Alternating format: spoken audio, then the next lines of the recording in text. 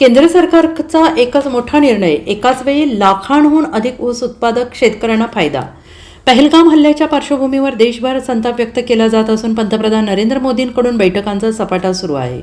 पाकिस्तानला धडा शिकवण्यासाठी रणनीती आखली जात असून आज दिनांक 30 कॅबिनेट मंत्रिमंडळाच्या बैठक पंतप्रधान नरेंद्र मोदी यांच्या अध्यक्षतेखाली झाली. यावेळी महत्त्वाचे 2 निर्णय घेण्यात आले असून जातीय जनगणना आणि ऊसाच्या FRPत वाढ करण्याचा निर्णय घेण्यात आला आहे. यामुळे ऊस उत्पादक शेतकऱ्यांना आता टनामागे वाढीव दर मिळण्याचा मार्ग मोकळा झाला आहे. पंतप्रधान नरेंद्र मोदी यांच्या अध्यक्षतेखाली झालेल्या आजच्या कॅबिनेट मंत्रिमंडळाच्या बैठकीत पहलगाममध्ये 22 एप्रिलला झालेल्या हल्ल्यात मृत्युमुखी पडलेल्या पर्यटकांना श्रद्धांजली देखील अर्पण करण्यात आली. तसेच जातीनिहाय जनगणना करण्याचा निर्णय घेण्यात आला.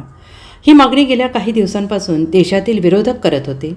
दरम्यान आजच्या कॅबिनेट मंत्रिमंडळाच्या बैठकीत शेतकऱ्यांसाठी देखील FRPमध्ये 15 रुपयांची वाढ करण्याचा निर्णय घेण्यात आला आहे. याची माहिती सूचना प्रसारण मंत्री अश्विनी वैष्णव यांनी प्रसारमाध्यमांना दिली आहे. वैष्णव यांनी केंद्र सरकारकडून ऊस पिकासाठी FRPमध्ये क्विंटलमागे 15 रुपयांची वाढ करण्याचा निर्णय घेण्यात आल्याचं सांगितलं आहे. यामुळे आता ऊसाला प्रति क्विंटल 355 रुपयांचा FRP मिळणार आहे, तर टनाला 150 रुपये वाढ मिळणार आहे. Bureau report, SBN Marathi, Mumbai.